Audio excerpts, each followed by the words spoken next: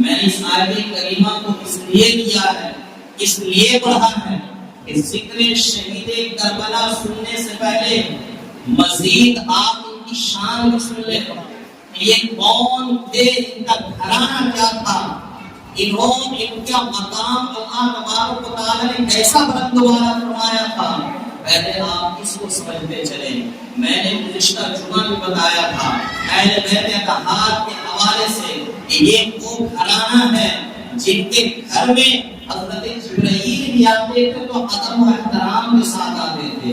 یہ وہ گھرانہ ہے کہ حسنین کریمین کے لیے اللہ تبارک و تعالی جنت سے جوڑا بھجایا کرتا تھا۔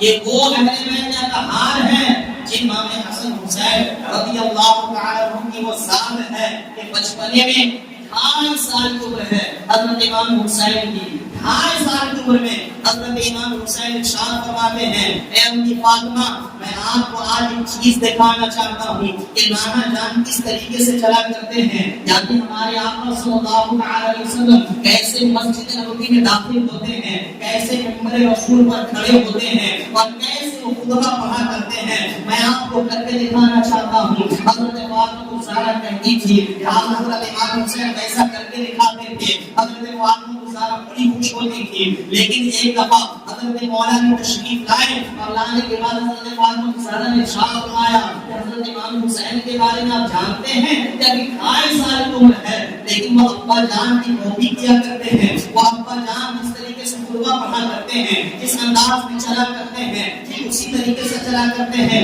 حضرت مولا نے شیر خدا ارشاد فرماتے ہیں اچھا ایسی بات ہے چلو میں دیکھنا چاہتا ہوں۔ ایک پردے میں ایک کونے میں جا کر کے حضرت مولا نے شیر خدا چھپ جاتے ہیں اور حضرت فاطمہ زہرا سے کہا کہ بیٹے حسین سے کہو کہ ویسا کر کے دکھائے۔ حضرت امام حسین سے ارشاد فرمایا اے حسین، اے امام حسین چلو کر کے دکھاؤ جو تم روزانہ کر کے دکھاتے ہو کہ تمہارے نانا جان کیسے خطبہ کے لیے جاتے تھے۔ حضرت امام حسین کہتے امی جان دیکھیے میں حکم ویسے ہی کر کے دکھاتا ہوں، لہٰذا بالکل اسی انداز میں مولوی سنتے ہیں کتابوں میں ذکر آتا ہے کہ 2.5 سال کی عمر ہے، 2.5 سال کی عمر ہے، حضرت امام حسین ننھی قدموں سے ٹھیک اسی انداز میں چل رہے ہیں جیسے ہمارے اور آپ کے آقا صلی اللہ علیہ وسلم مسجد نبوی میں داخل ہوتے تھے، ٹھیک اسی طریقے سے چلا۔ ایک تخت پر کھڑے ہوئے اور خطبہ پڑھنا شروع کیا۔ حضرت مولا علی شیر خدا دیکھ رہے ہیں اور ارشاد فرماتے ہیں بے شک امام حسین نے 2.5 سال کی عمر میں جو نانا جان خطبہ پڑھا کرتے تھے ٹھیک اسی انداز میں لفظ اتنے ہی خطبہ پڑھا جتنا ہمارے آپ کے آقا صلی اللہ علیہ وسلم مسجد نبوی میں ارشاد فرمایا کرتے تھے۔ حضرت میں تشریف لائے اور ارشاد فرمایا فاطمہ بے شک اللہ کے رسول صلی اللہ علیہ وسلم نے ارشاد فرمایا کہ یہ امام حسین اس کے کاندھے پر عظمت اسلام سوار ہوگا، یہ میرے اسلام کو پھیلانے والا ہوگا، یہ میرے دین کو پھیلانے والا ہوگا۔ لہٰذا اس کی ذہن بتاتی ہے، اس کا جو ہے صبر بتاتا ہے کہ بے شک آنے والے وقت میں یہ مذہب اسلام کا داعی بنتا ہے۔ آج سال کی عمر میں یہ حال تھا، یہ مقام تھا۔ اور جانتے ایک دفعہ تو ایسا ہوا کہ اللہ کے رسول صلی اللہ علیہ وسلم نے دونوں کو کشتی سکھانے کے لیے آپس میں لڑوایا اور کشتی سکھانے کے لیے کہا، لیکن دیکھنے میں یہ آتا تھا کہ اللہ کے رسول صلی اللہ علیہ وسلم حضرت امام حسن سے کہتے تھے جو بڑے بھائی ہیں، حضرت امام حسن سے کہتے تھے کہ اے حسن اے میرے نواسے حسین کو ادھر سے پکڑو، حسین کو ادھر سے پکڑو، ایسے پٹکو اسے، ایسے اس کو پٹکو۔ حضرت فاطمہ زہرا دیکھتی ہے کہتی ہے اے ابا جان اے اللہ کے رسول صلی اللہ علیہ وسلم معمول تو یہ ہوا کرتا ہے کہ جو چھوٹا بیٹا ہوتا ہے لوگ اس کی طرفداری کرتے ہیں، لوگ اس کو بتاتے ہیں چاہے وہ ماں ہو چاہے باپ ہو، وہ اپنے بڑے بھائی سے اگر اس طریقے سے کمپٹیشن کروائے تو چھوٹے بیٹے کی طرفداری کی جاتی ہے، چھوٹے بیٹے کو بتایا جاتا ہے۔ لیکن میں دیکھ رہی ہوں کہ آپ بڑے بیٹے حسن سے کہہ رہے ہیں کہ حسین کو گھر سے پکڑو، یہ داؤ لگاؤ، اس کو ایسے پٹکو، معاملہ کیا ہے؟ اللہ کے رسول صلی اللہ علیہ وسلم ارشاد فرماتے ہیں اے فاطمہ گھبراتی کیوں ہے؟ دیکھ کیوں نہیں رہی ہو؟ میں تو حسن کی طرفداری کر رہا ہوں لیکن حسین کے پیچھے حضرت جبرائیل کھڑے ہیں۔ حسین کی طرفداری تو حسین کی طرفداری تو جبرائیل کر رہے ہیں۔ ارے میں نبیوں کا سردار ہو کر کے حسن کی طرفداری کر رہا ہوں، وہ فرشتوں کے سردار ہو کر کے حسین کی طرفداری کر رہا ہوں۔ یہ مقام اہل بیت اطہار کا تھا.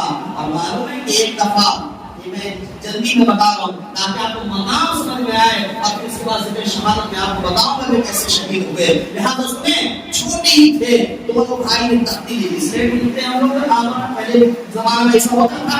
ابھی بھی بہت سارے لوگ اسلیٹ وغیرہ لکھتے ہیں. تو دونوں بھائی نے کچھ لکھا تختی لکھا اور دونوں بھائی لے کر کے پہنچے اپنے ہاتھ میں اس کے پاس امی جان کے پاس حضرت خاتون جنت حضرت فاطمہ زہرا کی بارگاہ میں کہا امی جان دیکھیے ہم نے لکھا ہے اور بھائی حسن نے بھی لکھا ہے.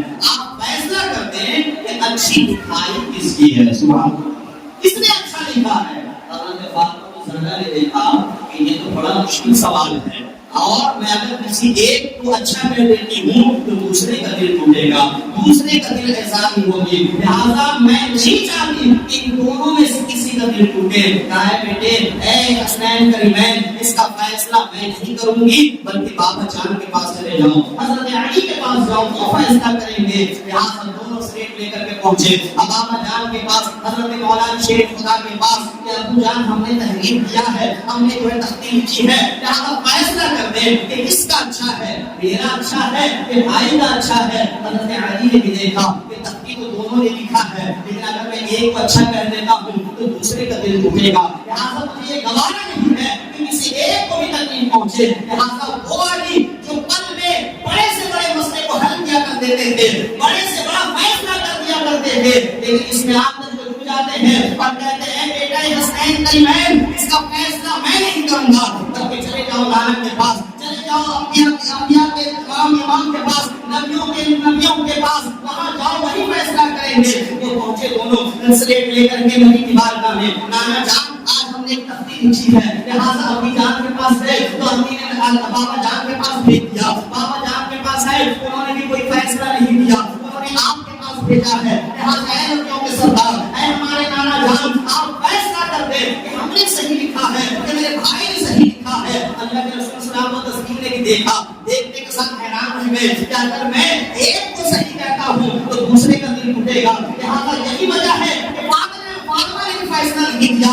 یہی وجہ ہے کہ علی نے بھی فیصلہ نہیں دیا کہ چاہتے ہیں کہ کسی کا دل نہ ٹوٹے. لہٰذا یہ میں بھی فیصلہ کیسے دے سکتا ہوں میں بھی تو نہیں چاہتا کہ کسی کا دل ٹوٹے. لہٰذا فرمایا حسنین کریمین اس کا فیصلہ میں بھی نہیں کروں گا بلکہ اس کا فیصلہ میں رب پر چھوڑتا ہوں اس کا فیصلہ میں اللہ پر چھوڑتا ہوں. وہی فیصلہ کرے گا کہ اس کی تختی اچھی ہے. اب آپ اس سے اندازہ لگا لو کہ کون کرانے والے ہیں جس کا فیصلہ جرے سے معاملے میں اللہ رب العزت کی ذات پر پہنچ جائے. لیکن ارشاد فرمایا کہ اس کا فیصلہ میں بھی نہیں کروں گا بلکہ ہمارا رب کرے گا. حضرت جبرائیل امین تشریف لائے جب اللہ کی بارگاہ میں عیسیٰ نبی نے پیش کیا کہ اے مالک مولا ہم نہیں چاہتے کہ کسی کا دل ٹوٹے لہٰذا تو ہی فیصلہ کر دے کہ کس کی تختی اچھی ہے کس کا اچھا لکھاوٹ ہے کس نے اچھا لکھا ہے. اللہ نے ارشاد فرمایا کہ اے جبرائیل جنت جاؤ اور جنت سے ایک سیب لو اور اسے آسمان سے گراؤ جس کی لکھاوٹ پر گرے گا جس کی تختی پر گرے گا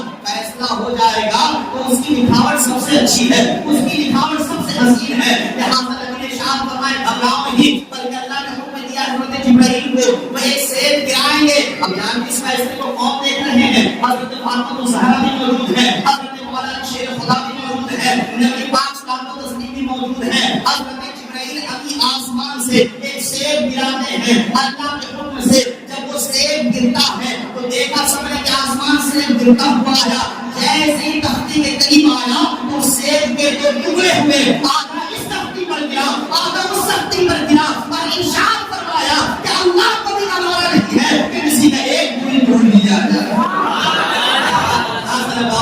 اللہ نے ارشاد فرما دیا نبی نے ارشاد فرمایا کہ اللہ نے فیصلہ کر دیا کہ دونوں کی لکھاوٹ سب سے زیادہ اچھی ہے.